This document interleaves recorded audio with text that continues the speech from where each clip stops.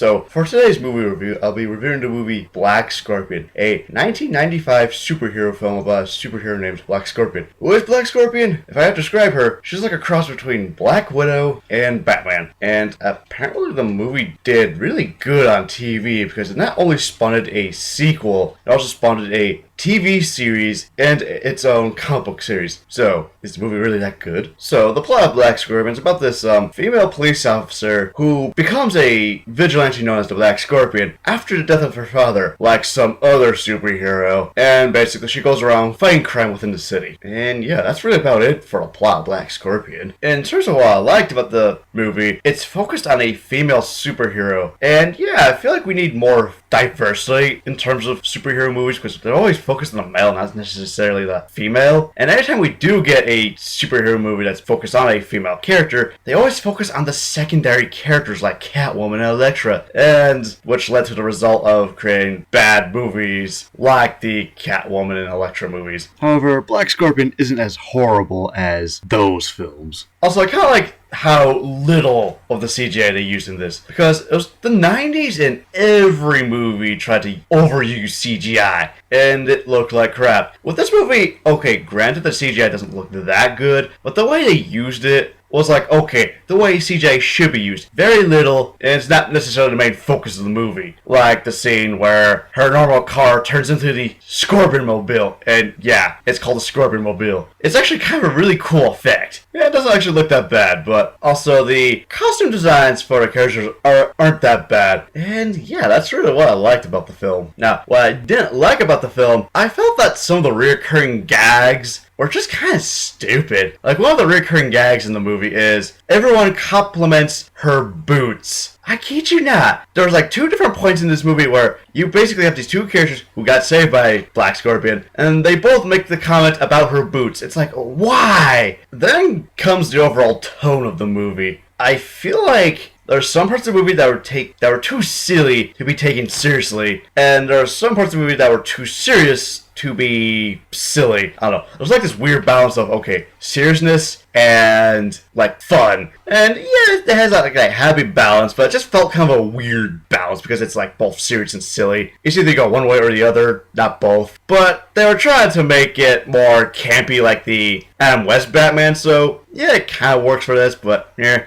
Then there are some characters that I felt they built up a lot, but they don't amount to anything. Especially for the first 20 minutes, because you think, oh, this character's going to be a major part of the movie. Then she just disappears after that. Now, as for the characters, like I said, Black Scorpion is like a combination of both Black Widow and Batman. Why I say Black Widow and Batman? Well, Black Widow because they're both female and they both named themselves after an arachnid of some type. And they both use gadgets and wear a black suit. Sort of thing. And why I say Batman, well, besides using gadgets like I said earlier, basically, her parents are dead. And yeah, that's really as much as I can say about her in terms of comparing those two characters. And she's brutal. At least when she's like the superhero, because when she's her normal self, she basically is tough, but she wants to like be more secretive, I guess. When she's Black Scorpion, she pretty much opens a can of whoop ass. Really about it for Black Scorpion. Then comes Michael Russo. Basically, he's the partner of Darcy, and basically he's like the person who seems to be interested in capturing Black Scorpion. And if I had to really describe him, he's very overprotective of Darcy, even though she can hold her own. And at least he's a few steps ahead of everyone else in the police department. Then comes probably my favorite character of the movie, Argyle. And yes, his name is Argyle. Not really sure why they call him Argyle, but I'm assuming it has something to do with his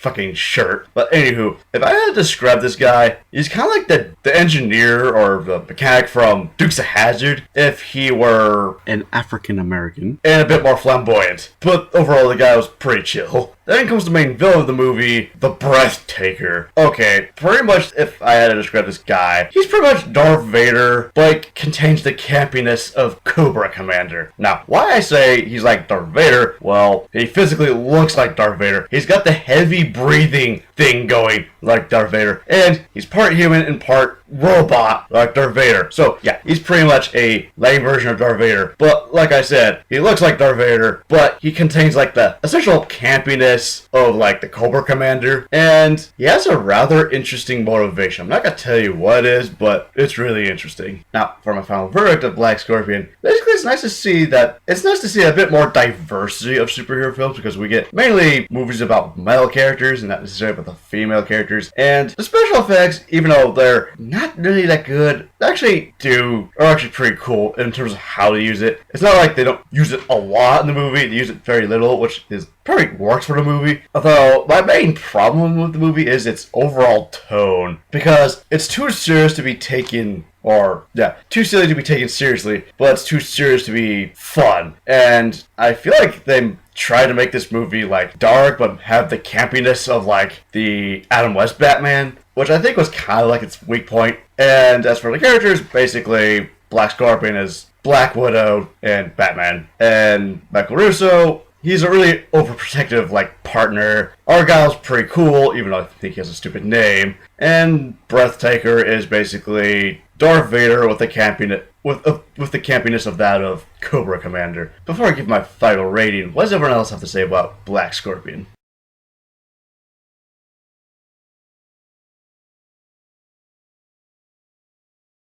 Generally negative reviews, and okay, I can see why they can give it negative reviews, but beyond that, I kind of recommend it, only for like the campiness of the movie. But for my final rating of Black Scorpion, I give Black Scorpion a 2.5 out of 5. So, what female superhero would you like to see on screen? And see you later.